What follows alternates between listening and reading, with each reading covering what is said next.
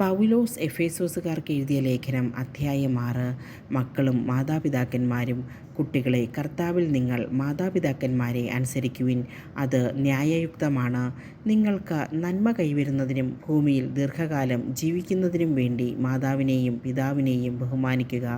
വാഗ്ദാനത്തോടു കൂടിയ ആദ്യത്തെ കൽപ്പന ഇതത്രേ: പിതാക്കന്മാരെ, നിങ്ങൾ കുട്ടികളിൽ കോപം ഉളവാക്കരുത്, അവരെ കർത്താവിൻ്റെ ശിക്ഷണത്തിലും ഉപദേശത്തിലും വളർത്തുവിൻ. ഭൃത്യന്മാരും യജമാനന്മാരും ദാസന്മാരെ നിങ്ങളുടെ ലൗകിക യജമാനന്മാരെ ക്രിസ്തുവിനെ എന്ന പോലെ ഭയത്തോടും ബഹുമാനത്തോടും ആത്മാർത്ഥതയോടും കൂടെ അനുസരിക്കണം. മനുഷ്യരെ പ്രീണിപ്പിക്കുന്നവരെ പോലെ അവരുടെ കൺമുമ്പിൽ മാത്രം ഇങ്ങനെ പ്രവർത്തിക്കാതെ പൂർണ്ണഹൃദയത്തോടെ ദൈവഹിതം അനുവർത്തിച്ചുകൊണ്ട് ക്രിസ്തുവിൻ്റെ ദാസന്മാരായിരിക്കുവിൻ. മനുഷ്യന് വേണ്ടിയല്ല, കർത്താവിന് വേണ്ടി എന്ന പോലെ സന്മനസ്സോടെ ശുശ്രൂഷ ചെയ്യണം. ഓരോരുത്തർക്കും സ്വതന്ത്രനോ അടിമയോ ആയിക്കൊള്ളട്ടെ, നല്ല പ്രവൃത്തികൾക്ക് തക്ക പ്രതിഫലം കർത്താവിൽ നിന്ന് ലഭിക്കുമെന്ന് അറിഞ്ഞുകൊള്ളുവിൻ. യജമാനന്മാരെ, നിങ്ങളും ഇതേ രീതിയിൽ തന്നെ ദാസന്മാരോട് പെരുമാറുവിൻ. അവരെ ഭീഷണിപ്പെടുത്തരുത്. നിങ്ങളുടെയും അവരുടെയും യജമാനൻ സ്വർഗത്തിലുണ്ടെന്നും അവിടുത്തേക്ക് മുഖം നോട്ടമില്ലെന്നും അറിയുവിൻ. ആത്മീയ സമരം അവസാനമായി കർത്താവിലും അവിടുത്തെ ശക്തിയുടെ പ്രാഭവത്തിലും കരുത്തുള്ളവരാകുവിൻ. സാത്താൻ്റെ കുടിലതന്ത്രങ്ങളെ എതിർത്തു നിൽക്കാൻ ദൈവത്തിൻ്റെ എല്ലാ ആയുധങ്ങളും ധരിക്കുവിൻ.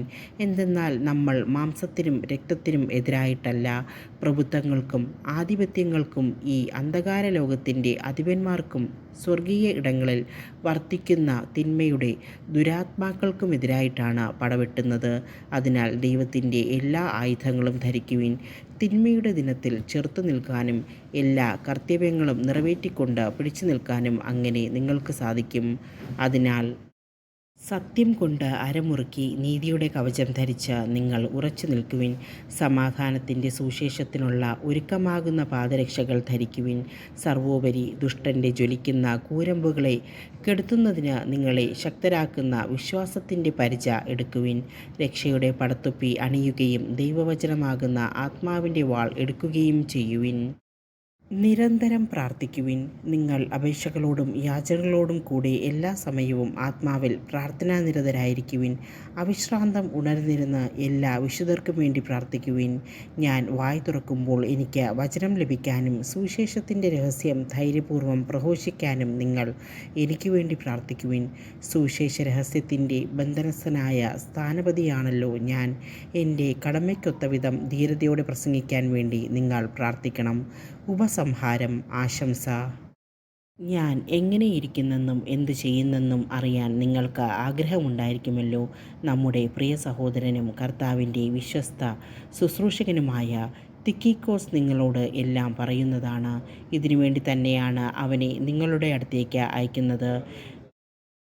ഞങ്ങളുടെ വിശേഷങ്ങൾ നിങ്ങളെ അറിയിക്കുന്നതിനും നിങ്ങളുടെ ഹൃദയങ്ങളെ ആശ്വസിപ്പിക്കുന്നതിനും വേണ്ടി സഹോദരർക്ക് പിതാവായ ദൈവത്തിൽ നിന്നും കർത്താവായ യേശുക്രിസ്തുവിൽ നിന്നും വിശ്വാസപൂർവകമായ സ്നേഹവും സമാധാനവും. നമ്മുടെ കർത്താവായ യേശുക്രിസ്തുവിനെ സ്നേഹിക്കുന്ന എല്ലാവർക്കും കൃപയും നിത്യജീവനും ഉണ്ടാകട്ടെ.